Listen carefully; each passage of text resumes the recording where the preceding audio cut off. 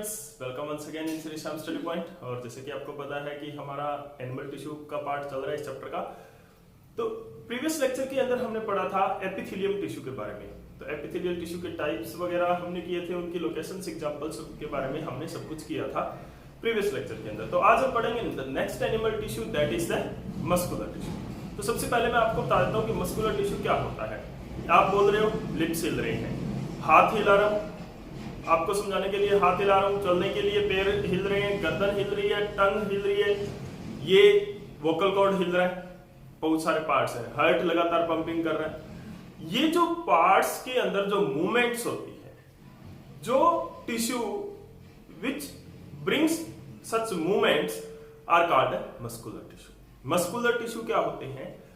ये टिश्यू जो हमारी बॉडी के अंदर जितनी भी मूवमेंट है, चाहे वो इंटरनल पार्ट्स हैं जैसे लंग्स हैं या हार्ट है, किडनी है, यूरिनरी ब्लैडर है, जो भी पार्ट है इंटरनल है और मूव कर रहे हैं, और चाहे एक्सटर्नल पार्ट है, लिम्स है, हाथ पैर है हमारे, बाइसेप ट्राइसेप मसल्स है हमारी, तो वो गर्दन है हमारी, तो वो क्या होती है, जो चीज मूव कर रही है हमारी बॉडी के अंदर या बॉडी से बाहर वाला जो पार्ट है वो, ठीक है, external as well as internal part, वो मूवमेंट किस वजह से होती है? मस्कुलर टिश्यू की वजह से होती है। तो देखते हैं कि मस्कुलर टिश्यू क्या होता है। Muscular tissue is the contractile tissue, is the contractile tissue. Contractile tissue का मतलब क्या होता है? कॉन्ट्रैक्शन जो कर सकता है। इट इज द कॉन्ट्रैक्ट हो सकता है, जो अपना मतलब जिस साइज का है उससे क्या हो सकता है, वो कॉन्ट्रैक्ट हो सकता है। It is the contractile tissue. Contractile tissue which is made up of, किससे बना होगा? Made up of muscle fibers. Muscle fibers या muscle fibers को क्या बोलते हैं? मसल सेल्स, सेल ही बोलते हैं, ठीक है। मसल फाइबर होती है वो मसल सेल ही होती है, which is made up of muscle fiber and brings about the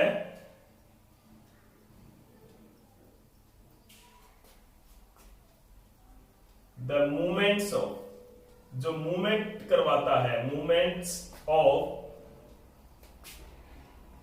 internal as well as external body parts. External body parts की जो इंटरनल और एक्सटर्नल बॉडी पार्ट्स की जो मूवमेंट करवाता है टिश्यू, और मसल फाइबर से बना हुआ है, कॉन्ट्रैक्टाइल टिश्यू है, उसको हम क्या बोलते हैं? मस्कुलर टिश्यू बोलते हैं, ठीक है। ये क्या करता है? इसके अंदर जो मसल सेल्स होती हैं उसके बारे में कुछ पढ़ते हैं। मसल सेल्स होती हैं वो एक फाइबर की तरह स्ट्रक्चर होती है, मान लेते हैं इसको एक मसल है, ठीक है। इसके अंदर क्या होते हैं? कुछ प्रोटीन के फाइब्रस होते हैं जिसको मायोफाइब्रिल बोलते हैं, ठीक है। ये मसल सेल कैसे बनी होती है? प्रोटीन के फाइब्रिल, मान लो कि बहुत सारे प्रोटीन के फाइब्रिल है मेरे पास, इस तरह से 3-4 पेन और बहुत सारे हैं, तो उनको मैंने आपस में बंडल बना दिया। ये बंडल एक मसल सेल के रूप में काम करेगी, और ये जो मसल सेल है ये बहुत सारे बंडल बनके वो मस्कुलर टिश्यू बनेगा, ठीक है। इस तरह से मस्कुलर टिश्यू होता है। तो जो मसल सेल होती है, मस्कुलर सेल होती है, वो किस तरह की स्ट्रक्चर होती है? द मसल सेल और fibre is a long thin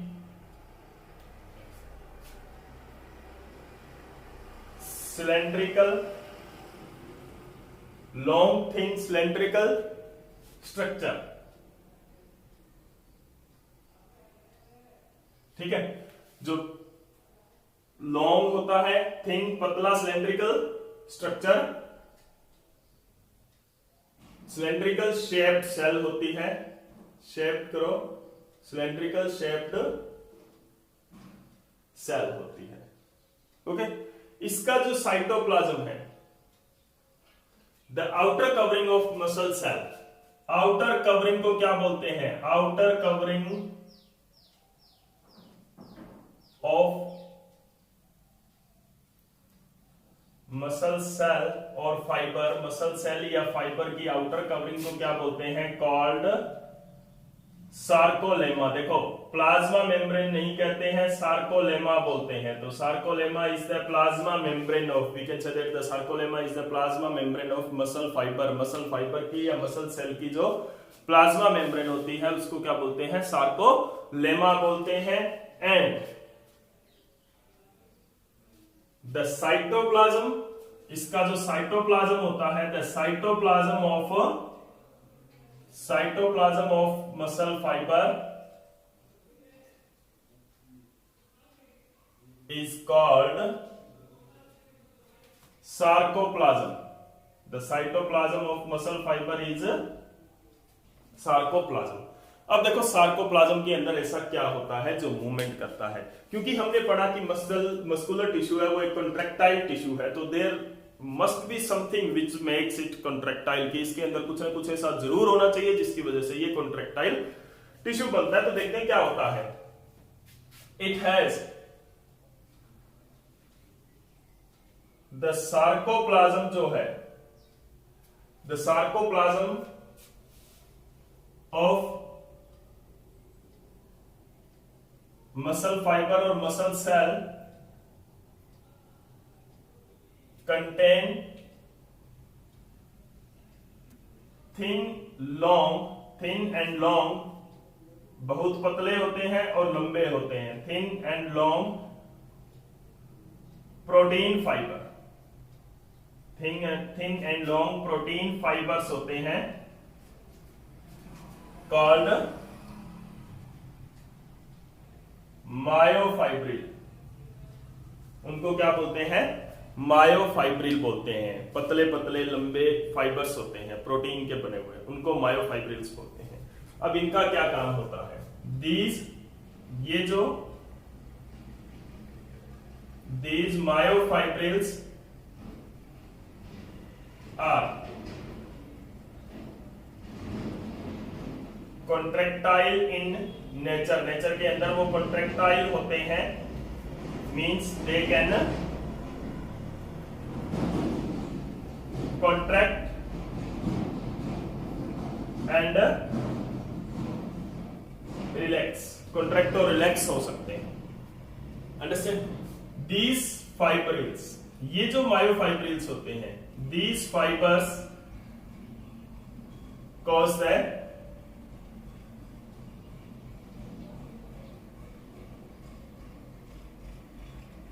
movement of body parts। Body parts के अंदर जो मूवमेंट होती है वो इन्हीं मायोफाइब्रिल की कॉन्ट्रैक्शन की वजह से होती है। These fiber cause the movement of body parts by its contraction. Okay? तो ये है मस्कुलर टिश्यू जो किस तरह से होता है और किस तरह की सेल्स उसके अंदर होती है। तो मसल फाइबर के बारे में हमने पढ़ा। तो ये इस तरह से मसल फाइबर इस तरह से हो सकती है जिसका टेपरिंग एंड नहीं होता, हम पढ़ेंगे स्केलेटल टिश्यू के अंदर नहीं होता है, स्केलेटल मसल के अंदर नहीं होता है। इस तरह से इसके अंदर क्या होते हैं, लॉन्ग फाइबर्स के बंडल होते हैं, लाइक दिस। ओके, एक होती है टेपरिंग एंड वाली मसल, तो उसके अंदर क्या होता है, इस तरह के लॉन्ग फाइबर्स होते हैं, लाइक दिस। ओके, तो ये क्या होते हैं, मायोफाइब्रिल्स होते हैं। उसके बाद में क्या है कि जो ये मसल्स हैं ये हमारे internal as well as external parts की मूवमेंट है वो करवाती है। जो मूवमेंट है, चाहे कॉन्ट्रैक्शन और रिलैक्सेशन है, मसल के अंदर जो प्रोटीन फाइबर करवाता है, उससे क्या होता है कि जैसे इंटरनल ऑर्गन्स है, अगर हम इंटरनल ऑर्गन्स की बात करते हैं, ठीक है, तो जैसे इंटरनल ऑर्गन में एलिमेंट्री कैनाल की मूवमेंट, एलिमेंट्री कैनाल के अंदर किस तरह की मूवमेंट होती है, ओइसोफेगस के अंदर आपने पढ़ा होगा, डाइजेस्टिव सिस्टम के अंदर जरूर पढ़ा होगा कि पेरिस्टाल्टिक मूवमेंट होती है। ओइसोफेगस के अंदर फूड मूव करता है, ठीक है। उसके बाद में स्टमक है, वो लगातार क्या होता है, कॉन्ट्रैक्शन की मूवमेंट में रहती है। स्टमक की वॉल के अंदर मसल होती है, तो वहां पे स्टमक को कंटिन्यूसली मूवमेंट में रखती है ताकि वो जो जितना भी फूड है उसका अच्छी तरह से पेस्ट, उसको घोल के अच्छी तरह से पेस्ट बनाया जाए, ठीक है। तो हार्ट की जो मूवमेंट होती है इंटरनल पार्ट्स के अंदर, ठीक है, यूरिनरी ब्लैडर जो है, जब यूरिनरी ब्लैडर फिल हो जाता है यूरिन से, urinary bladder is a part, urinary bladder है वो पार्ट होता है जहां पे यूरिन स्टोर करती है किडनी। किडनी लगातार 24 आवर यूरिन प्रोड्यूस करती रहती है और यूरिनरी ब्लैडर के अंदर उसको स्टोर कर लेती है। तो यूरिनरी ब्लैडर क्या है, वो पार्ट है जहां पर यूरिन स्टोर होता है। जब वो फुल हो जाता है तो उसकी वॉल है वो कॉन्ट्रैक्ट होकर उस सारे यूरिन को यूरेथ्रा के थ्रू, ओपनिंग के थ्रू निकाल देती है बाहर, और उसको हम यूरिनेशन बोलते हैं। ठीक है, तो ये क्या है, इंटरनल पार्ट है। और भी बहुत सारे इंटरनल पार्ट्स हो सकते हैं, होते हैं जो मूवमेंट लगातार करते हैं। एक्सटर्नल पार्ट्स में क्या आते हैं, लिम्स आते हैं हमारे, नेक, लिप्स, टंग भी आ गई इंटरनल पार्ट में। ठीक है, तो ये क्या है, फेस के अंदर, यानी कि हम फेस के स्किन से अलग अलग तरह के मुंह बना सकते हैं ड्यूरिंग आवर फीलिंग्स। तो ये क्या है, एक्सटर्नल पार्ट्स हैं। ठीक है, internal as well as external parts के अंदर मस्कुलर टिश्यू हो सकता है।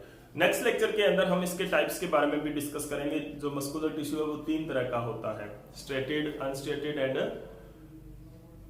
Cardiac muscle. तो तीनों टाइप्स के बारे में हम नेक्स्ट लेक्चर के अंदर डिस्कस जरूर करेंगे। और आपको ये लेक्चर कैसा लगा, कंसेप्ट आपका क्लियर हुआ या नहीं हुआ, तो वो सब कुछ आप मेरे को कमेंट सेक्शन में बता सकते हो। और अगर आपको ये वीडियो अच्छा लगा तो प्लीज लाइक एंड शेयर जरूर करते रहें। Thank you.